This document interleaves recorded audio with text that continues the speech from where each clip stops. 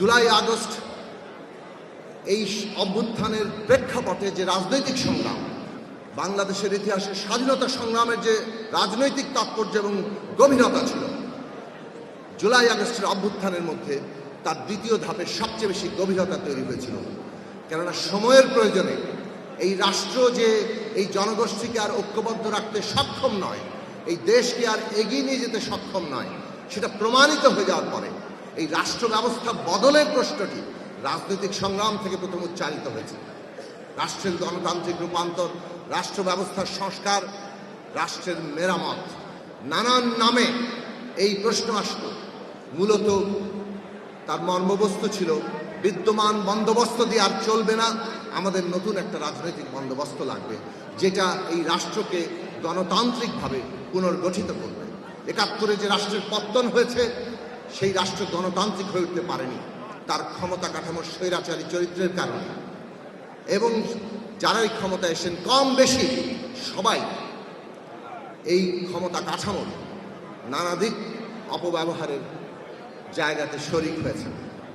আজকের বাংলাদেশ তার পরিণতি, জুলাই আগস্ট এক নতুন পরিণতি নিয়ে আসার জন্য আমাদের সামনে কর্তব্য রেখেছে।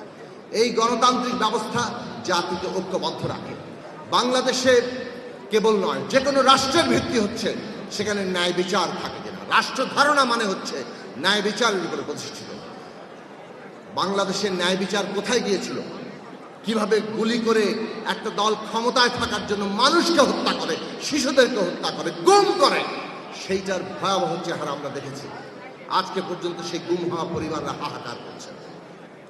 কিভাবে মানবাধিকার লঙ্ঘিত হয়, এমনকি একজন সাবেক প্রধানমন্ত্রী তিনি চিকিৎসার জন্য বিদেশে যাবেন, সেইটা যে একটা মানবাধিকারের ন্যূনতম অংশ, এইটা পর্যন্ত স্বীকার করা হয় না।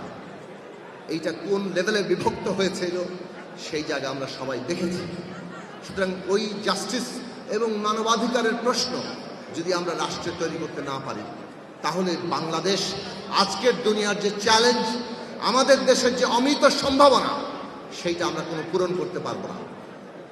আরেকটা পথ কিন্তু থাকে, যখন কোনো সম্ভাবনা কেউ ধারণ করতে পারে না, তখন সে মুখ থুবড়ে পড়ে। বাংলাদেশ এখন সেই ক্রস রোডে দাঁড়িয়ে। দেশের অন্যতম প্রধান রাজনৈতিক দল, বৃহত্তম দল হিসেবে বিএনপিও এই চ্যালেঞ্জের মুখোমুখি। এই কর্তব্যের আহ্বান, কর্তব্যের ডাক তাদের সামনে। আগামী দিনগুলোতে কিভাবে তারা বাংলাদেশের জনগণের নবতর প্রত্যাশা, যে রাজনৈতিক সংগ্রামের মধ্যে দিয়ে প্রত্যাশা তৈরি হয়েছিল, অভ্যুত্থান, আত্মত্যাগ, রক্ত দেওয়া, সমস্ত কিছু মানুষের প্রত্যাশা তার সীমাকে আরো অনেক দূর ছাড়িয়েছে। বিএনপি কতটা সেই সীমাকে গ্রহণ করতে পারে আজকের দিনে, সেইটা তাদের সামনে চ্যালেঞ্জ, আমাদের সকলের সামনে চ্যালেঞ্জ।